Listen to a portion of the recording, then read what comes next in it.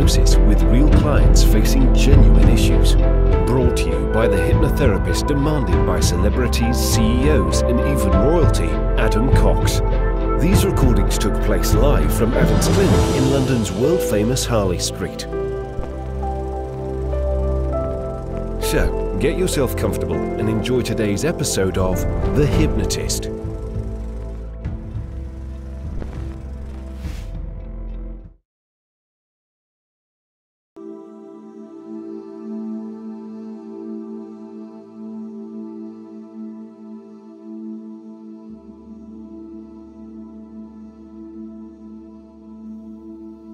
Take a deep breath in, and as you breathe in, imagine breathing in a feeling of calm and relaxation. And as you exhale, feel like any tension or stress is just leaving your body now. And if your eyes aren't already closed, in the next outward breath, as you exhale the breath, notice and allow your eyelids to naturally and gently close. Continue to breathe in that cool, calm feeling of relaxation, and as you exhale, continue to allow the tension to leave your body. And I want you to use the power of your imagination to imagine a childhood bedroom. And I want you to remember that bedroom at a particular time where you felt completely safe, secure, and relaxed. I want you to remember that bedroom as if you're back in that bedroom now. Perhaps you can remember the color of the wallpaper or the color of the carpet. Perhaps you can remember posters on the wall, or perhaps certain clothes or the style of bed that you used to sleep in. But imagine that you're back in that bedroom now. And I want you to notice the bed in that childhood bedroom. And I want you to imagine climbing onto that bed, feeling your head on the pillow, allowing your body to sink into the mattress. And as you lie on that bed, with your head on that pillow, I want you to again breathe in that feeling of calm and relaxation, and continue to notice that as you exhale, tension, stress, anxiety is continuing to leave your body, taking you deeper and deeper relaxed with each and every breath. That's it. And I want you to, as I count down from 10 to 1, imagine what it would be like to fall asleep as you did many, many times in that childhood bed, in that bedroom. Perhaps a place that you haven't seen or visited for many years. But as I count down from 10 to 1, I want you to imagine what it would be like to fall asleep in that bed. 10, just feeling like your arms and legs are getting really loose and heavy. That's it. 9, feeling like your whole body is getting 10% deeper and deeper relaxed. 9, feeling that any tension around your eyelids and eyebrows is just melting away. That's it. Continuing to go deeper and deeper relaxed. 7 and then 6, another 10% deeper and deeper relaxed in that childhood bedroom, on that bed, head on that pillow, taking you deeper and deeper relaxed. That's right. 5, 50% all the way deeper and deeper relaxed. Feeling that as you breathe, you can breathe even easier than you were before, taking deeper breaths in through your nose, filling your lungs and noticing that the breaths are a little longer and deeper than your chest, down into your diaphragm. And as you exhale, you continue to allow your body to release any tension, stress, or anxiety. 4, another 10% deeper and deeper relaxed. 3, deeper and deeper relaxed now. 2, feeling like you're about to yawn inside, feeling like you're about to nod off, that moment just before you fall asleep.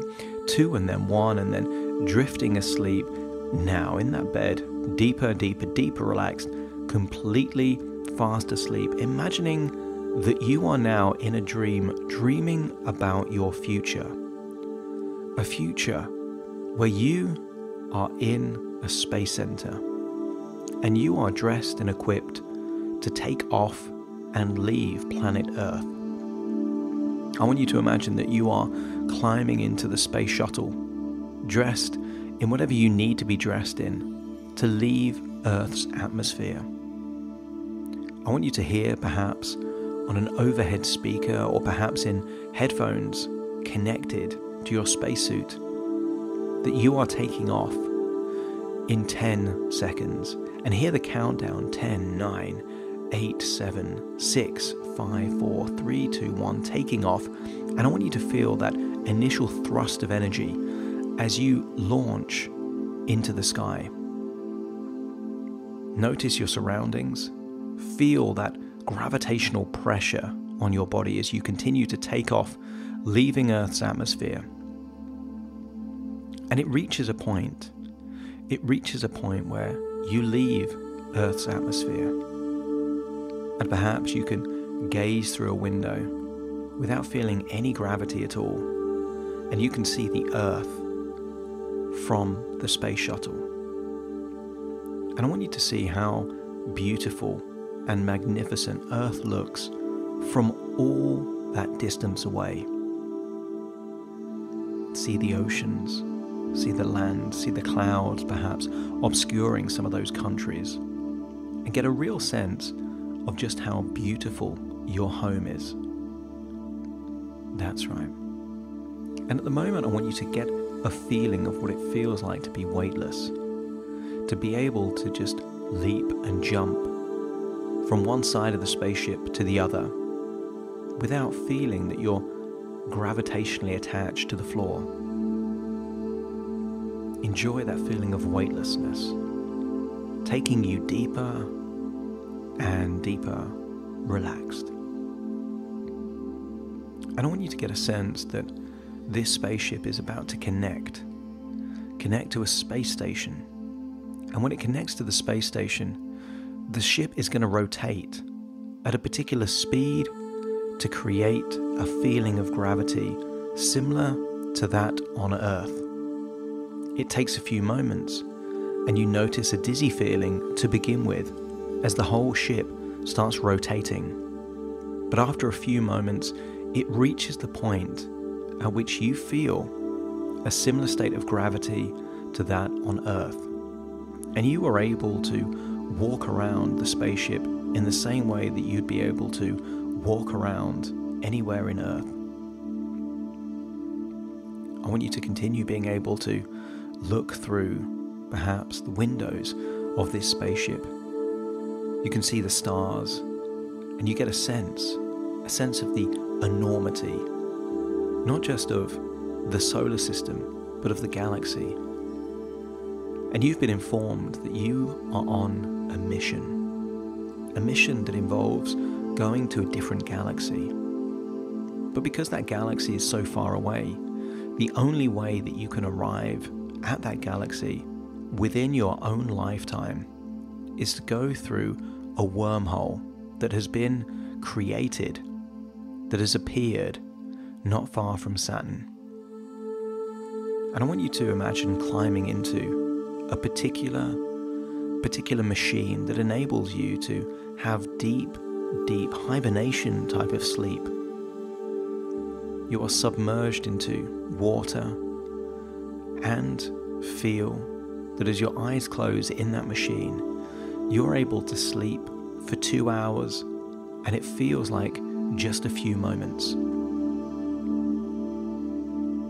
Imagine what it would be like to feel the machine close, feeling submerged, almost like you're in a flotation tank. And imagine what 2 years of restful, rejuvenating sleep would do for your body. And I want you to allow your body to take the nutrients from the water that surrounds you and to sleep for 2 years. Now, that's it.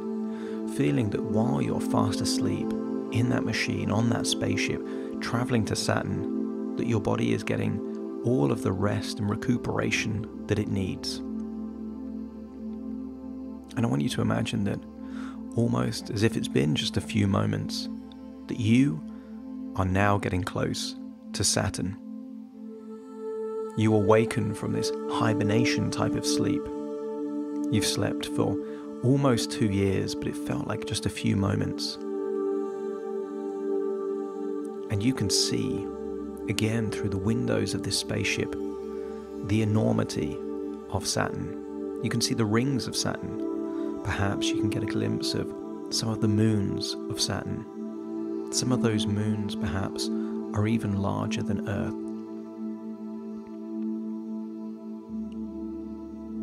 The rest of the crew are speaking amongst themselves about how they will enter the wormhole. And the wormhole is a form of a black hole that means that you will be teleported, almost transported, to a far-flung galaxy. But there are many, many different planets, many of which have a different or similar atmosphere and gravitational pull to that of Earth, and potentially could be habitable. I want you to get a sensation that you and several others are now in the spaceship, going through this wormhole and whoosh, feeling what it feels like to just appear in a far-flung galaxy, light years away from Earth. That's right.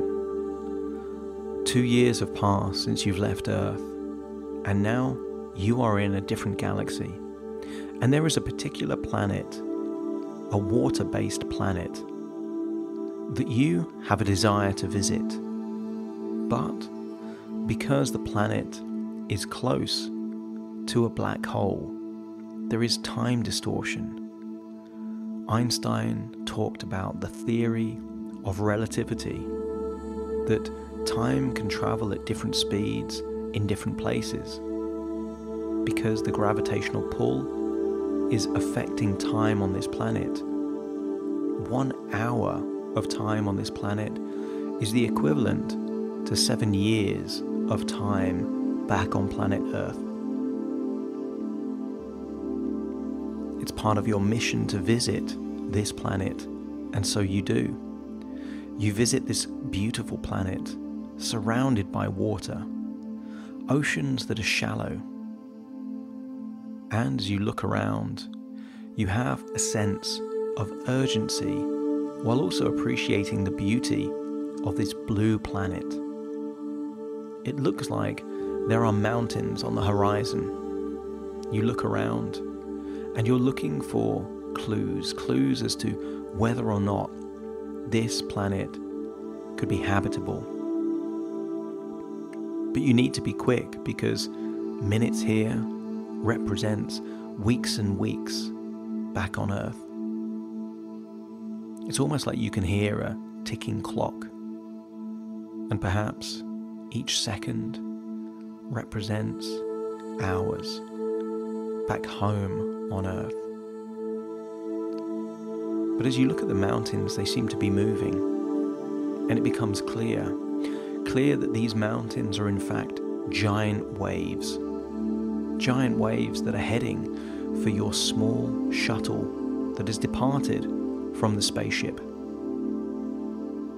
You get a sense that the waves are going to hit the spaceship, but you manage to get into the shuttle just in time. But the waves hit the shuttle, meaning that you have lost valuable time. The engines are waterlogged and will take time before they can be activated again. I want you to appreciate that in these just over 3 hours that you're on this blue planet, it's the equivalent of 23 years back on Earth.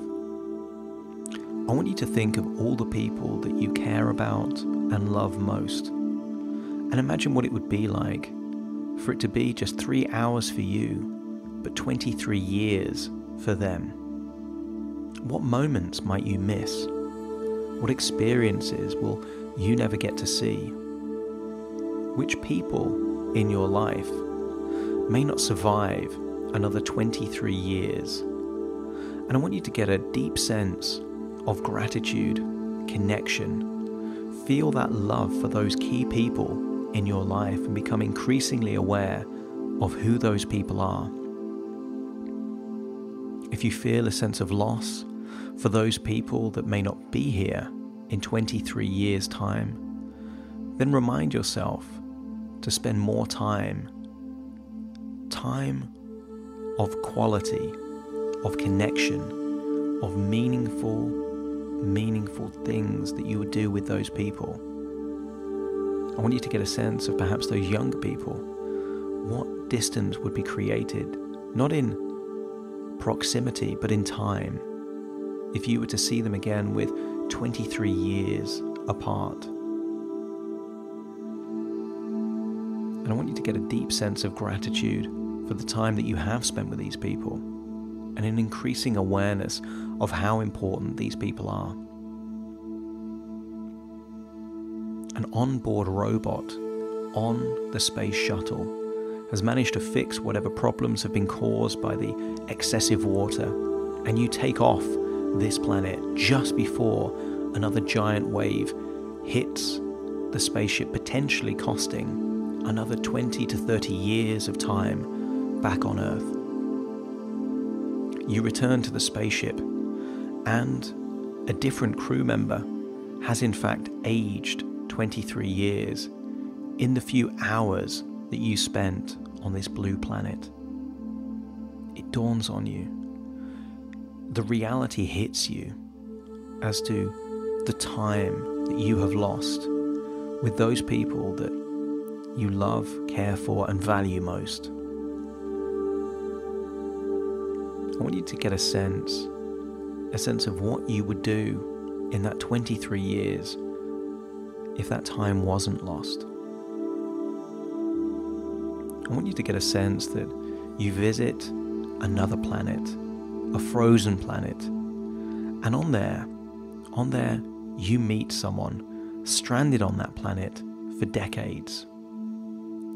And while spending time with this person, you truly appreciate the value of human connection, the lengths that people would go to really connect with other people, the devastation of loneliness and isolation. I want you to get a sense of just how important connection is and who you would want to connect at a deeper level with. It's now time to leave that frozen planet. But because of decisions that were made and events that have happened, there now isn't sufficient fuel to arrive at perhaps a third planet, a planet that could perhaps sustain life and create a new colony for Earth, to allow the species of humans to continue in a different galaxy. The only course of action for you is to make the decision to go into a black hole to gather the sufficient data required to enable people back on Earth to be able to solve complex equations and problems that are impossible unless they have data and knowledge from within the black hole. Black holes are so powerful that not even light can escape them. I want you to get a sense, a true sense of what it would be like to enter a black hole. The increasing sense of gravity, the pressure, pulling you in. If not even light can escape, then there is no hope for you once you pass the point of no return. And I want you to use your imagination to imagine what it would be like to pass the event horizon, the point beyond the level where the black hole reaches the point, perhaps of a singularity, where everything becomes one. Imagine that this black hole is called Gargantua. But rather than taking you and compressing you into a billion different pieces, or making you so small that you don't even exist, imagine that somehow beings, perhaps even from the future, have taken you to a strange place. Perhaps a place called a Tesseract. And I want you to imagine that this Tesseract is the equivalent of a 4-dimensional cube. In the same way that a cube is to a square, a Tesseract is to a cube. And I want you to imagine that this Tesseract enables you to visit a specific place, but it's a place that you can see every possible time. And that place happens to be that childhood bedroom. And I want you to see yourself, perhaps through the walls or through a window, see yourself there at a particular time where you are fast asleep, dreaming about being on an adventure in a different galaxy. See yourself through that wall, fast asleep in that bed, looking so relaxed and so comfortable. But appreciate that in this Tesseract, you can travel backwards and forwards in time. I want you to go back to the first ever time that you even entered that room. Perhaps you were a young child. See yourself with a sense of curiosity, intrigue as you were exploring that bedroom for the very first time. Remember what you looked like back then. And then perhaps go forward in time to the time where you last were in the room. And maybe you never even saw that room ever again. Maybe you were older. You've seen the first time you entered the room and the last time you left that room. And you've got the ability to see yourself at every single possible moment in time that you've ever been in that room.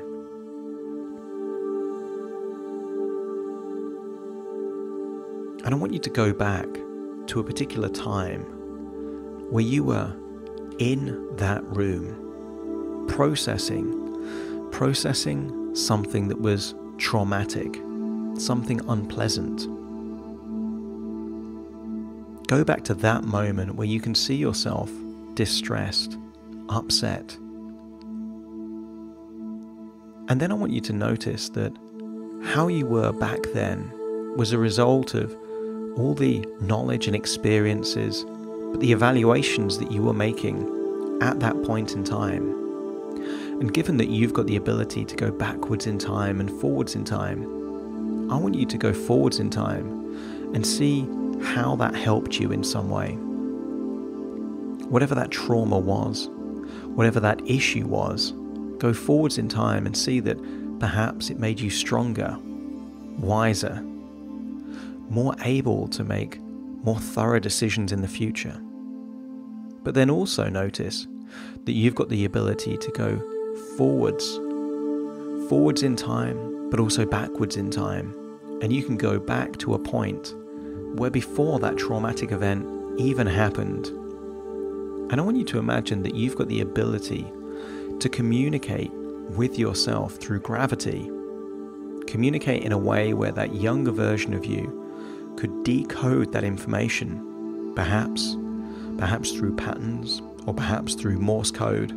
But I want you to imagine that you from the future have the ability to communicate to a version of you in the past. And I want you to communicate to that younger version of yourself before that traumatic event happened, so that even if that same traumatic event happened, that you would be better prepared to evaluate it in a way that would help you rather than hurt you, that would empower you rather than hold you back, make you feel stronger rather than weaker. Get a sense that the required information that you from the future are communicating to that childhood version of you before that traumatic event happened. Impart that information and then spin forward to that new future where the same traumatic event happened, except you were better prepared for it. And perhaps that traumatic event wasn't quite so traumatic as it was back then. Forewarned is forearmed, and perhaps with the advanced information, you are able to process the event in a different way so that you could give new meanings, new associations that actually meant that you were stronger, wiser, and more experienced than ever before. And then fly through in the Tesseract to that future to see that, yes indeed, by giving advanced information prior to the trauma, you were better prepared to handle that event. And sure enough, the future version of you was able to follow a trajectory into an alternative future where you were stronger, wiser, better prepared, and your life was better for it. And now I want you to go back in time to a place in that room where you made a really big decision. I want you to see that version of you having just made that really big decision. And at the point where you made that really big decision, you didn't have enough life experience or perhaps information or wisdom to know the consequences of that decision. And I want you to go forward to the same room but in the future and to see what impact that decision had on your future life. And if it was a decision that didn't serve you, didn't help you in the way that you intended, then I want you to go backwards in time to before that decision was made. And again, I want you to communicate with that younger version of yourself using gravity, using Morse code or patterns, allowing the future version of yourself to communicate with the childhood version of yourself prior to that big decision being made. So much so that it influences perhaps not the decision itself, but the way that that decision was made. And also a sense of preparedness, of due diligence, of perhaps making the decision with fresh eyes and new information, making the same decision but on a different foundation. Perhaps in that way you were empowered with the additional perspective. It enabled you to learn different things from the same experience because you had a different role to play in that story. And sure enough, go forwards into the future and see that by communicating to yourself prior to the big decision being made, the decision now has helped you in some way to make you stronger, wiser, more experienced, better prepared to deal with the challenges of life. I want you to get an overall sense that you are distorting time. And although you can't change the very thing that happened, you can give new information, new perspectives, new meaning, new associations, and more importantly, new emotions to those key events that took place. Perhaps the trauma was less traumatic and served you better. Perhaps the decisions enabled you to evaluate the consequences of those decisions in a much more meaningful way. I want you to get an overall sense of how you are able to influence the past by being in this four-dimensional hypercube, the Tesseract, going backwards and forwards in time. And I want you to get a sense that because you can go backwards and forwards in time, anything that doesn't quite have the ripple effect, the cause and effect relationship that you want in the future, you can simply go back in time again and perhaps provide more information, a different perspective, new emotions, to then change it and change it and change it again until it serves the future version of yourself all the way back to the present, so that the present version of you has an enhanced perspective, an improved level of wisdom, meaning, and evaluation that means at the point where you wake up back in that bed, you will awaken, unlocking new resources, new feelings of gratitude and appreciation for those things that have happened in the past in a way that genuinely helps your future, in a way that you can't comprehend yet because you haven't experienced the ripple effect of those new decisions and the cause and effect relationship of time. There you are in the Tesseract, that four-dimensional cube locked somewhere deep within a black hole. And at which point I want you to appreciate that this is simply a dream within a dream within a dream. And dreams feel like they're real when you're in them. And I wonder what it would be like to now feel like you're back in that childhood bed, in your own body, with your head weighted, the gravity of that head on that pillow, the gravity of your arms and legs on that bed, on that mattress. And imagine what it would be like to not be on the outside of the room looking in, but actually inside your body, on the bed in that same room, feeling completely relaxed, feeling like you've had a fantastic adventure of a dream, where you've traveled to Saturn, gone through wormholes, visited strange planets, learnt powerful new meanings on the value of time, appreciating those that you care about and love most, realizing the value of human connection and the danger of isolation and loneliness, but more importantly, awakening the very resources that come from new perspectives, that come from seeing the past and the present from the eyes of a future version of yourself from the future. But even you being in that bed, in that childhood room, is just a dream within a dream. And I want you to imagine that you're back where you are right now, in your own body, at your own age, at this point in time, the present. In a few moments' time, I will count from 1 to 10 to awaken you, and you will awaken fully in the present, all parts awakened, the past, the present, and the future versions of you, all awakening at exactly the same time. But you will awaken all of the resources, perspective, meaning, and empowerment from the past, the present, and the future that will enable you to live your present in the best possible way, enabling you to make great choices that create futures that are appealing, desirable, and beneficial for you. You will awaken full of energy and alertness, looking forward to the next few days, weeks, and months, and with a renewed appreciation of those people in your life that you have the strongest and most meaningful connections with. Starting to count to awaken you. 1, 2, 3, waking up. 4, 5, 6, more alert. 7, 8, open your eyes, open your eyes.